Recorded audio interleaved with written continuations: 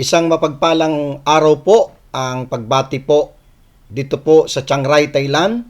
Sa lahat po ng mga nakasubaybay at araw-araw po, regular po na nagsisimula pa lang yung awitin ay naka-tune in na.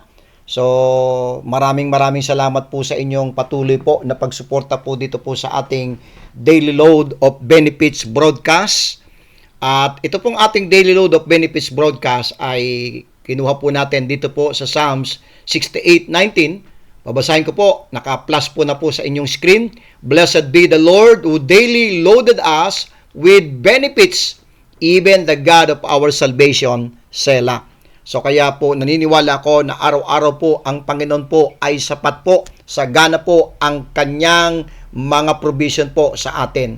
Kaya dito po sa ating Daily Load of Benefits, araw-araw po sa inyong pakikinig, alam kong meron pong benepisyo, meron pong pagpapala sa bawat isa po na patuloy po na sumusubaybay dito sa ating araw-araw na broadcast. Babalikan ko lamang po yung aking pong nakaraang po na broadcast na pinamagatang ang ating pong naging topic po doon ay Timeless Principles that Govern Biblical Truth. Yun po ay halos 2 buwan o I think inabot ng 3 buwan na pag-broadcast po. At doon po ay kung talagang kayo po ay nanonood, makikita niyo po doon, lagi po tuwing magsisimula po yung aking pagpapatugtog ng awitin ay naka-plus na po roon yung paraan para kayo makareceive po ng ebook po ng Timeless Principles that Govern Biblical Truth. Nakalagay po doon, i-comment po ninyo yung inyong pangalan every time na kayo po ay nakapanood dito sa ating pagbo-broadcast. So, lahat po ng mga nanonood at kino-comment ang kanilang mga pangalan, yan po ay akin pong nire-record. At gumawa po ko ng GC, lahat po ng araw-araw po na nanonood sa ating broadcast po ay nakasama na po doon. So, ibig sabihin, kung kayo po ay hindi napasama doon, una, baka na-overlook ko lamang po yung pangalan mo, hindi ko napansin doon sa mga pagre-record ko. O pangalawa, talagang hindi po kayo talaga nanood. Humihingi lang po kayo agad, no? Pero paumanin po, ito pong ating Daily Load of Benefits broadcast, ito po ay araw-araw po na pagbo-broadcast at ito po ay appreciation ko po sa mga araw-araw na sumusubaybay. Kaya bilang aking pong pasasalamat ay ibinabalik ko as a token of my gratitude itong ebook na to na ipinamimigay ko po doon po sa mga masugid po na sumusubaybay po nitong ating Daily Load of Benefits. So katulad ngayon, panibagong topic na po tayo. So ngayon, habang nakikinig ka, ay i-comment mo yung pangalan mo sapagkat yan po ay namomonitor po namin. So kaya't paumanin doon sa mga bigla na lang basta-bastang gustong humingi ng ebook ay paumanin po. Ito po ay meron po tayong tinatawag nating mga patakaran, no? Na kung kayo po ay nagnanais nito, balikan niyo lamang po. Nandoon pa naman po 'yan sa aking Facebook account po o sa aking wall yung pong mga nakaraang mga videos po at pwede po ninyong panoorin kahit po late na po at i-comment po ninyo yung inyong pangalan sapagkat magkakaroon ng manonotify naman po ako ng Facebook po, no? So, kaya po, isasama ko lamang po kayo sa GC ng Daily Load of Benefits kung makikita ko po talaga na pinapanood niya po ninyo yung aking mga broadcast araw-araw. Okay po. So, tayo po ngayon ay nasa panibagong topic po, no? Paradoxes in the Bible. At katulad po nung nauna ko pong broadcast ay ganun din po ito. Ito po ay isang ganap na ebook na po. At pag natapos po natin, katulad nung una, pag natapos po natin po ito, ay kayo po ay makakatanggap po ng free ebook nitong Paradoxes in the Bible. At especially po, yung mga nakalagay na po sa GC, yung naisama ko na po, ay doon ko po ito ipapasa, no? Doon sa GC, doon ko po ito ipopost, itong ebook na to. So ito po ay para lamang bilang appreciation ko po sa lahat po ng mga masugid pong sumusubaybay. So, kung nais po ninyong magkaroon itong ebook na to, ay subaybayan po ninyo yung araw-araw po nating pagbo-broadcast. I hope na naging klaro po sa bawat isa po itong ating pagtatalakay. So kahapon po ay natalakay po natin, naibigay ko po, nailatag po natin yung foundation nito. Ano ba itong paradoxes na to? Okay, kasi may mga paradox po sa Bible na it seems parang imposible at opposite. Hindi ko na masyado pong elaborate dito dahil panoorin nyo na lamang po o pakinggan nyo na lamang po yung aking broadcast kahapon. Press na press pa naman po yon. So kahapon lamang po yon. So kung kayo ngayon ay bago pa lang dito nakapag-tune in, ay balikan nyo na lang po yung aking broadcast kahapon. Okay, so tayo po ngayon ay nasa number 1 paradox. Ang pamagat po, to live, you must die. Ito po yung number 1 talaga na paradox in the Bible, no? The paradox of new life in Christ. To live, you must die. Para mabuhay, kailangan mong mamatay. Yun po yung paradox eh. Okay? Parang opposite siya. Paano kang mabubuhay kung ikaw ay kailangan mamatay? That's a paradox. Okay? So, ang ating pong text po na pinagkunan po nitong ating number 1 paradox ay yung Galatians chapter 2, verse number 20. Babasahin ko po, I am crucified with Christ, nevertheless I live, yet not I, but Christ liveth in me, and the life which I now live in the flesh, I live by the faith of the Son of God, who loved me and gave Himself for me. Let's pray. Lord, maraming salamat po, Panginoon, sa oras pong ito. Salamat po sa pagkakataon na muli po ay aming pong mapag-aaralan ang inyong mga salita. At inihiling ko po itong number 1 po na paradox, to live you must die, ay hinihiling ko na ito po ay maging pagpapala po sa lahat po ng mga naka-tune in ngayon at yung mga makakapanood pa nito, ay hinihiling ko, Lord, na i-bless niyo po ang lesson ito at patuloy kayo po ang magpala sa ministry pong ito na Daily Load of Benefits Broadcast. Ibinabalik ko po ang lahat po ng pasasalamat at kapurihan sa tanging pangalan ni Jesus. Amen at amen.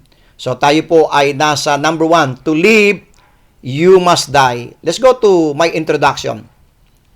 Welcome po tayo sa ating daily series po ng Paradoxes in the Bible. Kahapon po, we laid the foundation about what a biblical paradox is. Truths that seem contradictory at first, but when you look deeper, they reveal the profound wisdom of God. Katulad po ito, to live, you must die. This afternoon po, we will study one of the most life-changing paradoxes in the entire Christian experience. And that is, to live, you must die. That sounds strange. It sounds almost violent. How can dying bring life? How can losing something bring increase? Kaya nga po, yan po ang ibig sabihin ng paradox eh. Yung bang parang paano ang isang kamatayan ay magbubunga ng buhay. Okay?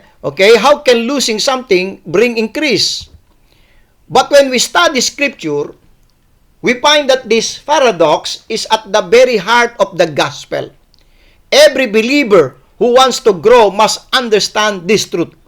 And every person who struggles with sin, pride, or spiritual defeat must understand what it means to die with Christ.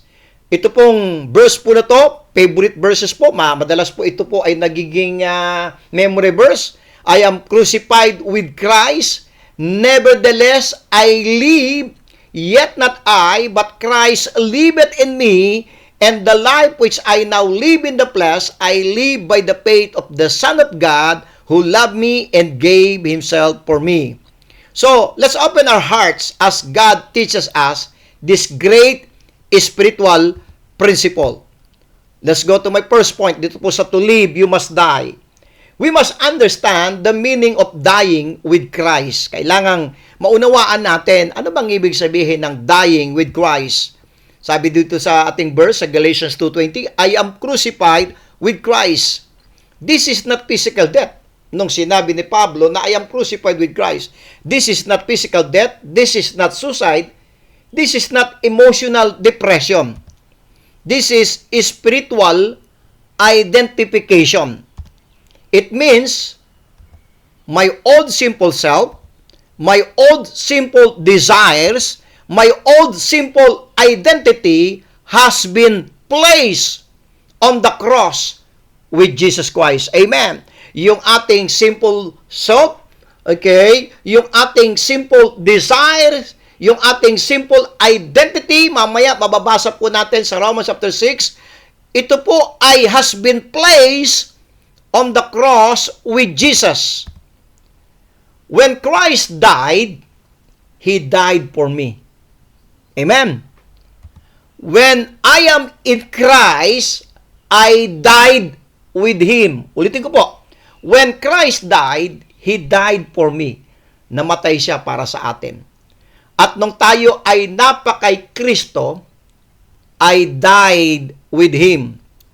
That is why Christianity is not self-improvement. Hindi po ito self-improvement. It is not try harder. It is not fix yourself. Christianity is death and resurrection. Buksan po natin ang ating mga Bible sa Romans chapter 6 para makita po natin at maunawaan natin itong dying with Christ. Romans chapter 6 po, verse 3 to 5. Romans chapter 6, verse 3 to 5. Ang sabi po, babasahin ko na po, at kung kayo po ay may mga Bible po dyan, buksan din po ninyo para mas maganda makita po ninyo yung binabasa po nating mga talata. Okay po, Romans chapter 6, verse 3. Know ye not that so many of us were baptized into Jesus Christ, were baptized into His death. Pasin po niya. Therefore, we are buried with Him by baptism into death, that like as Christ was raised up from the dead by the glory of the Father, even so we also should walk in newness of life. Verse 5. For if we have been planted together in the likeness of His death, we shall be also in the likeness of His resurrection. So, ang Christianity po is death and resurrection. Let's go to point number 2. Dying means surrendering the old life. Dying means surrendering the old life. Romans chapter 6 verse 6 says, our old man is crucified with Him. Babasahin ko po, verse 6. Knowing this, pasin po nyo, knowing this, that our old man is crucified with Him, that the body of sin might be destroyed, that henceforth we should not serve sin. The old man means my old habits, my old simple patterns, my old way of thinking, my old way of living. This is why some Christians struggles. Nung sinabi na the old man is crucified, yung pong old habits po natin, yung old simple patterns na palaging nagaganap sa ating buhay, my old way of thinking, my old way of living, ito po ay kasama ng, sabi diyan sa verse 6, na crucified with Him. Kaya po ang buhay ng Kristiyano po, ito po struggle. Pakikipagbaka day to day po sa ating buhay dito sa ating old man. They want resurrection life. Ito pong problema Bakit may struggle po ang ating buhay pagka-Kristiyano? They want resurrection life, but they won't accept crucifixion. They want the joy of Christ, but still hold on to the pleasures of sin. They want victory, but they don't want the death of self. Yan po ang problema natin, mga mananampalataya. Gusto natin yung resurrection life, pero ayaw natin tanggapin yung crucifixion. Na tayo po, I am crucified with Christ. Gusto natin yung kagalakan, yung kasiyahan, but still hold on to the pleasures of sin. Gusto natin yung victory, pero ayaw natin yung death of self, mga minamahal. God will never resurrect what you refuse to crucify. Ulitin ko po to. God will never resurrect what you refuse to crucify. Every believer must ask. Tanungin po natin yung sarili natin. What in my life refuses to die? Alin dyan sa area ng buhay natin na ayaw pa nating mamatay sa ating old man? Pride, anger, addiction, bitterness, secret sin. Ito ba yung sa buhay natin na ayaw pa rin nating itong mamatay, nakasama doon sa Galatians 2:20 na I am crucified with Christ? Pride, anger, addiction, bitterness, secret sin. God cannot feel a life that is full of self. Tandaan po natin, hindi po magkakaroon ng tunay na buhay. Sabi sa Galatians 2:20, I am crucified with Christ, nevertheless I live, yet not I, but Christ liveth in me. And the life which I now live in the flesh, I live by the faith of the Son of God. God cannot feel a life that is full of self. Amen. Let's go to point number 3. True life begins when self dies. Yung tunay na buhay bilang sabi nga, basahin ko po, tingnan po natin. Romans chapter 6. Balik po tayo sa Romans chapter 6 po. May mababasahin po ko dito sa verse 4. Ang ganda po eh. Therefore, we are buried with Him by baptism into death. Binabasa ko po yung Romans 6:4 po. Okay? Therefore, ulitin ko po. Therefore, we are buried with Him by baptism into death, that like as Christ was raised up from the dead by the glory of the Father, pansinin po nyo, even so, we also should walk in newness of life. Yung newness of life ay magsisimula when self dies. Dito po sa Galatians 2:20 continues, nevertheless I live, yet not I, but Christ liveth in me. This is the miracle. Paul said, I died, yet I'm alive. Yan po yung paradox eh. To live, you must die. Sabi niya, I died, yet I am alive. How? Paano nangyari po ito? Because the old Paul died. And Christ now lives through him. Yung dating ikaw namatay na eh. At yung si Kristo, yung buhay ni Kristo, yun yung nananahan sa atin, mga minamahal.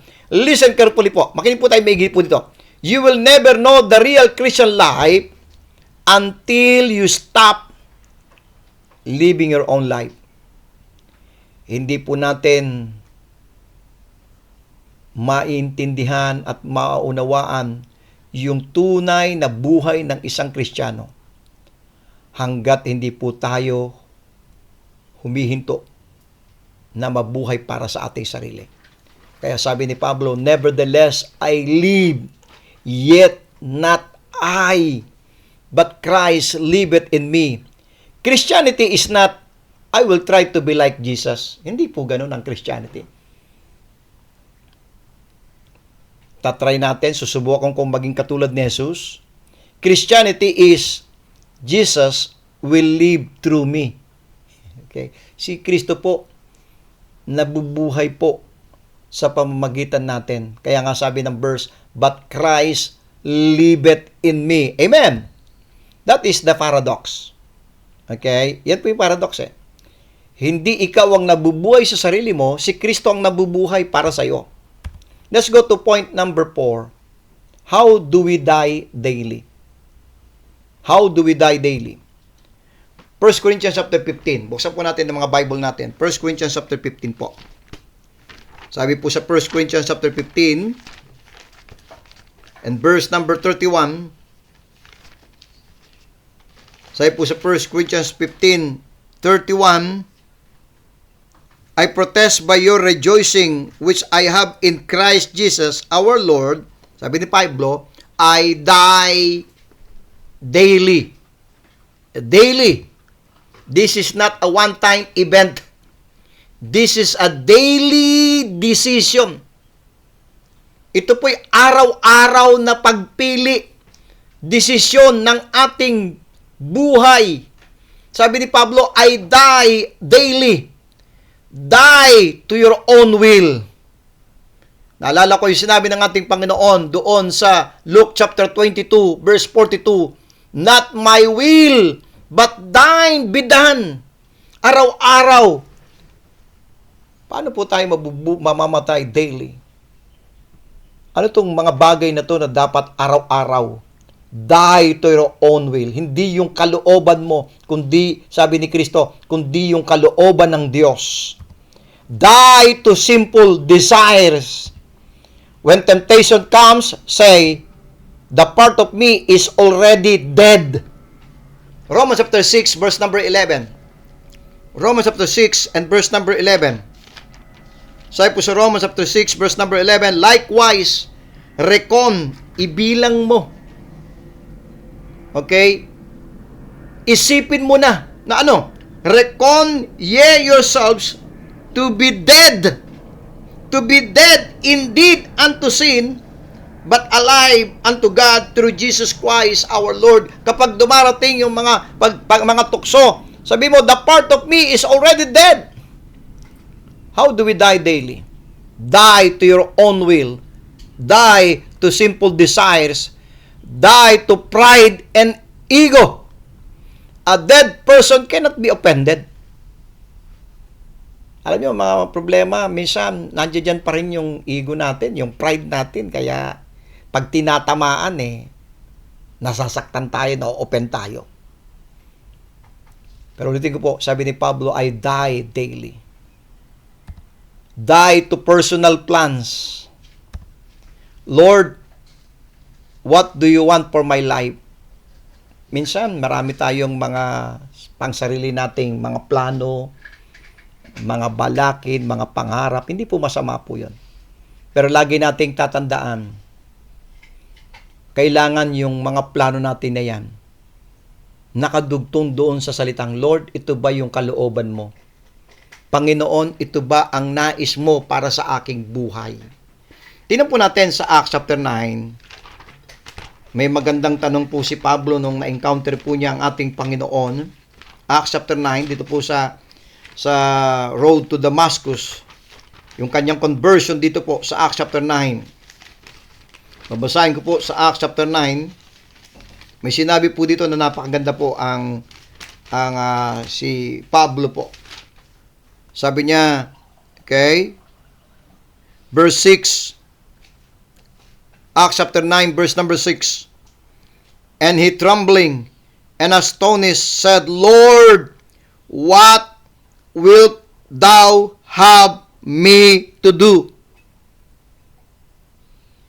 Lagi nating tatanungin sa ating buhay, Panginoon, ano ang gusto mong gawin ko para sa iyo? Die to personal plans. Lord, what do you want for my life? Hindi, ito yung gusto ko. Hindi, ano yung gusto mo para sa aking buhay? Ano ang kalooban mo? Ano ang nais mo na nais mong ipagawa sa aking buhay? Si Pablo, Lord, what thou have me to do? Anong nais mong gawin ko para sa iyong gawain, Panginoon, mga kapatid? Dying daily is simply this: surrendering everything to Christ again and again.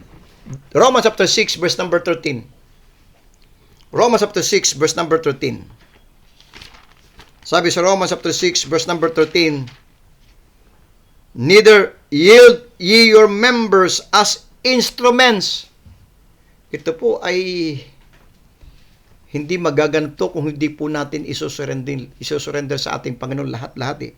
Neither yield ye your members as instruments of unrighteousness unto sin, but yield yourselves unto God as those that are alive from the dead, and your members as instruments of righteousness unto God. Amen. Let's go to point number 5. What are the results of dying to self? Ano-ano ang magiging resulta kapag tayo po ay namatay sa ating sarili? Freedom from the power of sin. A dead man is no longer controlled by old habits. Yan po yung magiging resulta. Freedom from the power of sin. Kasi po ang kasalanan, patuloy po na umahatak po sa atin eh. Patuloy na nais niyang tayo'y gupuin. Ang kasalanan, yan po ang mag-destroy, yan yung maghahadlang sa kalooban ng Panginoon sa ating buhay. Ano-ano yung mga result of dying to self? Number 1, freedom from the power of sin. Romans chapter 6, verse number 14. Ang sabi sa Romans 6:14, for sin shall not have dominion over you. For sin shall not have dominion over you, for ye are not under the law, but under grace. A dead man is no longer controlled by old habits. Once nang mananampalataya, sinurrender niya everything sa ating Panginoon. Number 2, victory through Christ's power. Tagumpay sa pamagitan ng kapangyarihan ni Kristo. When self is removed, Christ's strength flows freely. Yes.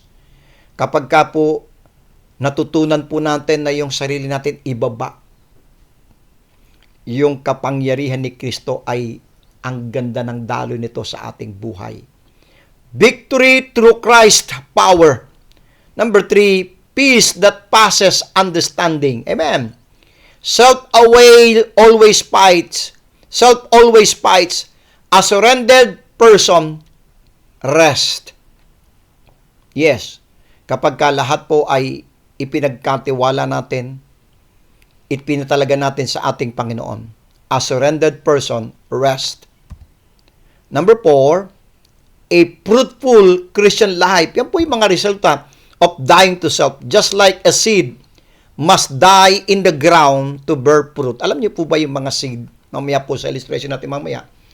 Yung pong seed, kailangan siya po ay para po siya may sumibol na panibagong buhay, kailangan yung seed po ay mamatay. At pag yan ay namatay, yung seed na yan, doon meron sisibol dyan na panibagong sibol ng buhay. At doon, dahil tutubo yan, lalaki yan, magbubunga. What are the results of dying to self? Number 4, a fruitful Christian life.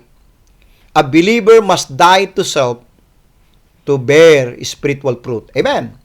Number 5, Christ becomes visible in your life. Ito po yung mga resulta po of dying to self. Christ becomes visible in your life. People begin to see Jesus more than they see you. Listen to 2 Corinthians chapter 4. 2 Corinthians chapter 4. Sabi po 2 Corinthians chapter 4 verse 10 and 11. Always bearing about in the body of the dying of the Lord Jesus, that the life also of Jesus might be made manifest in our body. Christ becomes visible in your life. Verse 11, for which we live are always delivered unto death, for Jesus' sake. And this is the result, that the life also of Jesus might be made manifest in our mortal flesh. People begin to see Jesus more than they see you. Amen. Ito po yung illustration na gusto ko pong ipakita dito sa the paradox of new life in Christ. To live, you must die. Yung isa pong seed. A seed is small, weak, and seems useless. Yung isang binhi na ng isang buto ng isang pananim o prutas, no? But when you bury it, once na ito'y inilagay mo sa lupa, when it dies, listen to this, something amazing happens. Ano pa mangyari? It breaks open. Yung seed na yon, biglang merong bubukas po yan mabibiyak po siya. It breaks open, and then biglang mayroong new life comes out.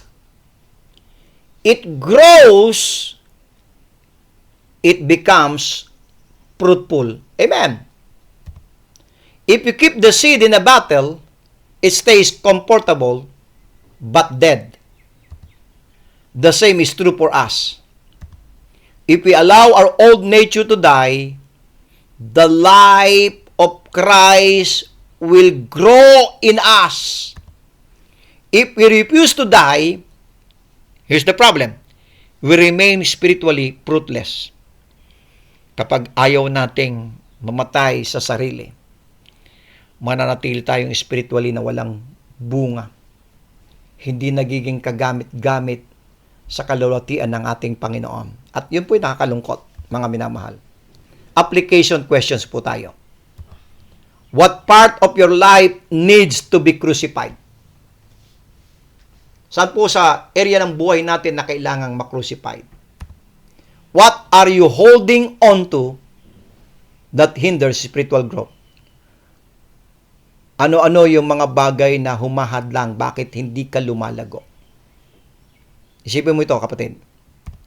What sin do you need to surrender? Alin, araw-araw, maraming mga tukso, yung old nature natin, patuloy na ito ay nag-crave, nagdi-desire ng kasalanan, at alin-alin doon sa mga kasalanan na kailangan mong isurrender sa ating Panginoon.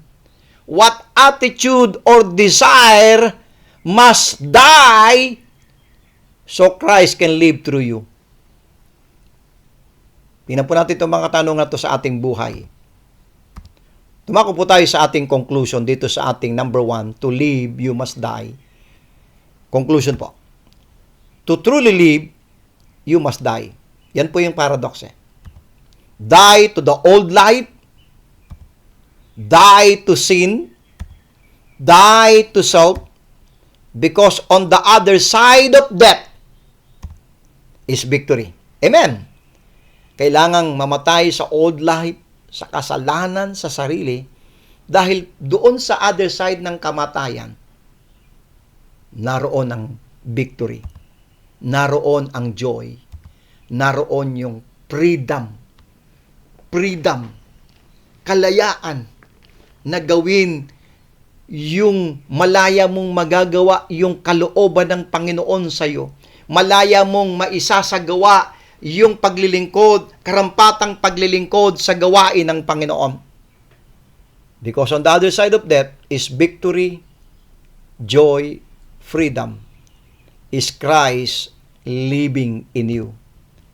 Let us pray that God helps us die daily so that His resurrection life may flow through us. I hope na nakita natin itong isang paradox na ito. To live, you must die. Ito po yung paradox of new life in Christ. I hope na pinagpala po tayo ng salita ng Panginoon.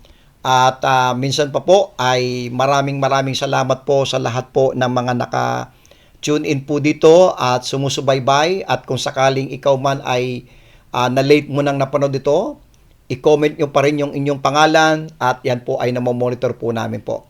So maraming salamat po. At bukas po ay muli po tayong makinig, mag-tune in po dito po sa ating Daily Load of Benefits broadcast. Maraming salamat. Pagpalain tayo ng Panginoon.